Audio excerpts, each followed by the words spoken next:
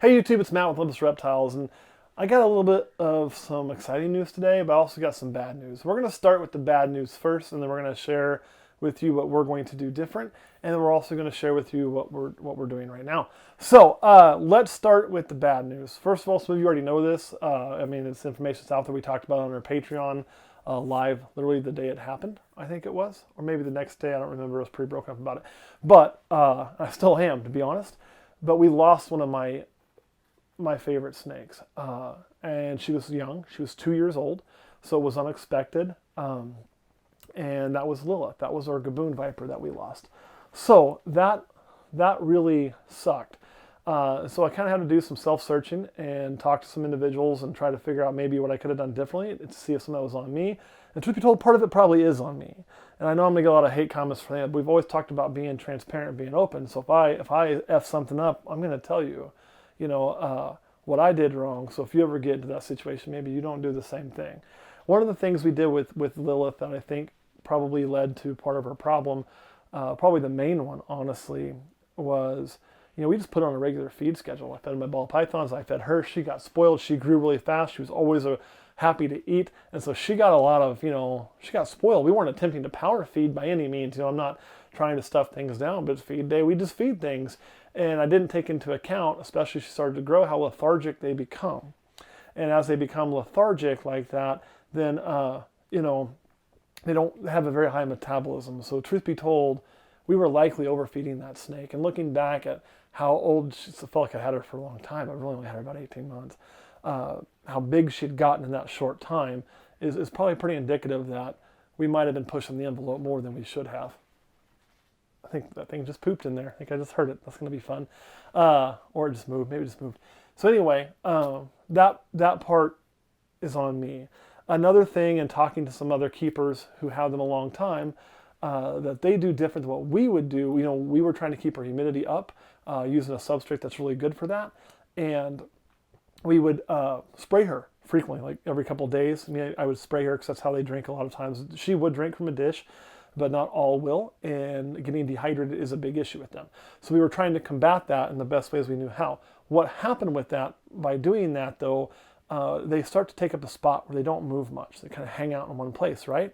And so she would do that, and she would lock the moisture underneath her. And then of course we'd had moisture that would appear to begin to dry.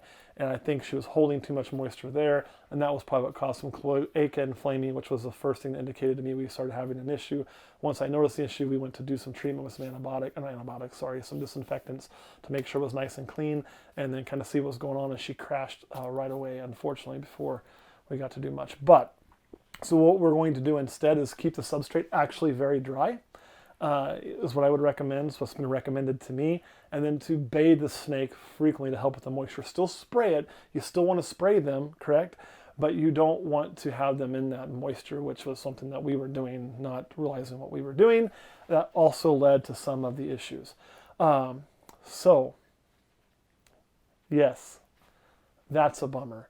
So that is kind of on me. So then we went, we got some guidance and talked to people with more knowledge than us, because again, I'm not the end-all be-all. Got some ideas about the soaking. Instead of the spraying, or instead of keeping the substrate wet, keep it dry, spray her, and then give her a bath to keep that moisture up, to keep her drinking. So we're going to go to that. If we get another GABOON, which I kind of let the cat out of the bag there, I said we're going to go to that, right? And all of those things, along with, the heat. We're probably going to knock our heat back just a couple degrees. We weren't very far off. We were following a care sheet, but they kind of said they've had better success being just a wee bit cooler, so we're also going to do that. So that is what we're going to do different to try to be more successful. And with that, we have added another GABOON viper. If you'd like to see where we got it, check out the Instagram link in the description. It is there. We're going to have to make a cut because I just can't remember the name, but we'll have to cut that in, and we'll cut in the name in just 1 second. Sorry about that. Sometimes we have a cut. So look at the link in the Instagram, and you're going to see Primal Products. That is who we went through to replace our GABOON viper, who also helped us and gave us some very excellent advice on some of the things that we could do better. So a big shout out to them, and a big thank you to them for spending that time with me on the phone and walking me through some of the things before we decided to order another one, which I'm going to share with you in just a second. But before I share that with you, I want to share something else, because I got something else from Primal Products. While we were working with them, I noticed he also had these little guys. And this was a dream animal of mine. Just came in. I did put a little piece of food in there. I'm going to leave overnight to see what happens. What you're looking at here, ladies and gentlemen, is a banded rock rattlesnake. Let me say that again. It's a banded rock rattlesnake. You don't see these very often. At least I haven't in captivity, so I'm really excited to get my hands on some. This is great. We also have another one we're going to be able to put on display in our zoo, hopefully. Not right away. I want to keep it secluded, get them doing well, get some growth on them first before we put them on display in the zoo, because obviously, you want to do that. These things, they don't need a high temperature. They were recommended to kind of keep at reptile room temp, so that's what we're doing for now. We'll kind of see how that goes. I will put a little spot in there for it to hide. I literally just got it home today, set it up, gave it a water dish, wanted to make sure it's okay. Put a little pinky mouse in there, try to see if it wants to feed. It probably will not today, but it might tonight after dark, and it might tomorrow morning. So we'll give it the opportunity to do that if it chooses.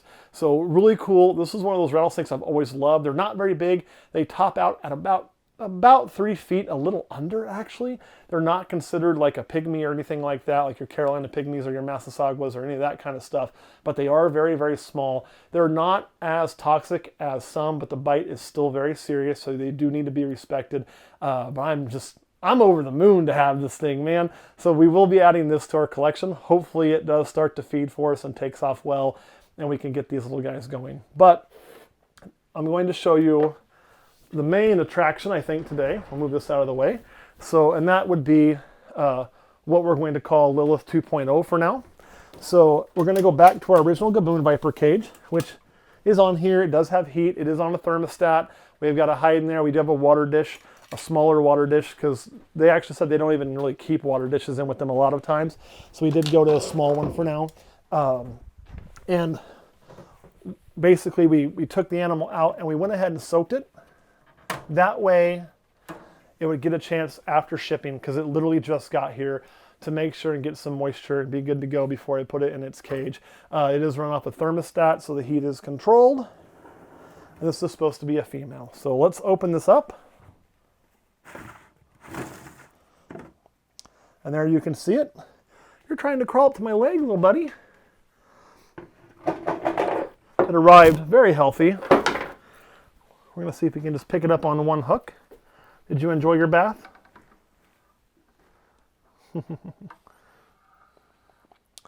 Whoop, don't do that. Don't fall off the hook. I know. Okay, settle down. If you wouldn't crawl through like you're trying to do, this would work better. Here, let's try this. Maybe if I put you there, you'll just... Because of the water, we're going to have to give it 2 places to hold purchase, which is okay too. It's not big enough to need 2 hooks, but it's going to likely settle a little bit better with 2 anyway. Maybe. Come on. I know.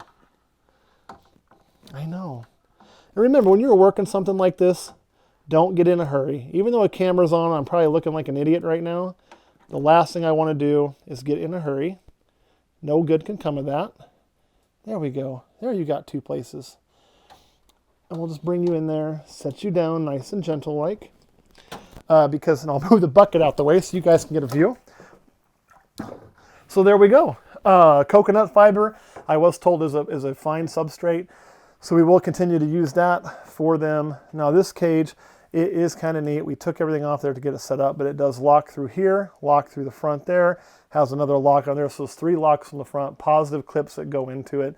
We will put some lighting on top of it, mostly just for us to look at. But they really need about 12 hours light, 12 hours of night, or so. They don't need super bright light. They're not going to need that. They are going to be an ambush predator. I have not offered this one food yet. It's obviously, I think, had more meals than those little banded rocks have. So the banded rocks, I wanted to offer some food right away. I'm not going to put food in with this thing for a few days, and then we'll offer it food. Our feed schedule with this is going to be something probably while it's young, pretty frequent still, not weekly like we were, probably about every other week. And as it starts to get some size and gets pretty well established, we'll probably slow it down to every 3 weeks to a month. So it is going to be a much slower fed snake versus what we were doing, which was weekly. So I'm really happy to have this. I'm really sad about losing my other one. I mean, truth be told, guys, I was heartbroken. You know, it's one of the first snakes I damn near cried over in a long time, but I did.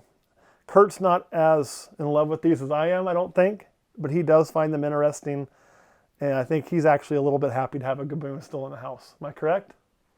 Sure. Sure. All right, Kurt, any questions? No.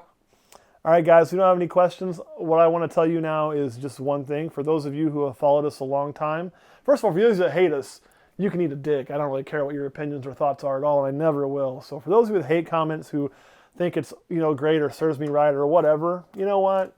You can write it if you want.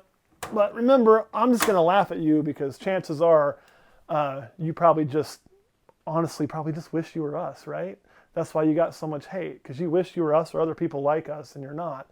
And I'm going to find that amusing. Now, for those of you who have been with us for a long time and or watch this because you care about how we do and things like that, what I'm going to tell you is, first of all, I'm sorry.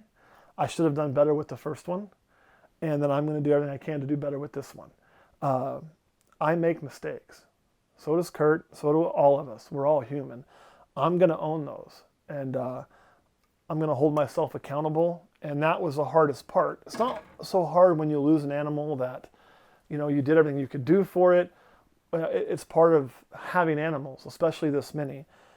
It is really hard when you lose an animal, and even though I don't know the exact cause, I feel like I may very well be responsible for it. That's hard. And it wasn't, and again, I kind of go back to when I first started, and I talked a lot about there's a difference between knowledge and experience. And it truly takes both to be successful most of the time. And I'd looked up, I'd read, I'd studied, I had decent knowledge, but what I lacked was experience. And, you know, same thing with my first clutch of ball pythons, right? I had the knowledge, but I didn't have the experience. I screwed it up. Unfortunately, in this case, it may have led to an early loss. Now, it could have been just cancerous or just one of those things. Sure, it absolutely could have been. I don't know, and I know I could do an autopsy, but I'm likely, right now I have her preserved and frozen, and I'll probably end up having like something made out of her just so I can have that animal always kind of close to me. I know that probably sounds a little weird, but she was a dream of mine, and I don't want to ever fully part with Lilith. So anyway, that's my promise to you. I'm going to do better, or I'm going to try my damnedest to do better. And I don't want it to sound like I'm pandering to the people who watch us and like, oh, I owe you guys something, because I'll be blunt.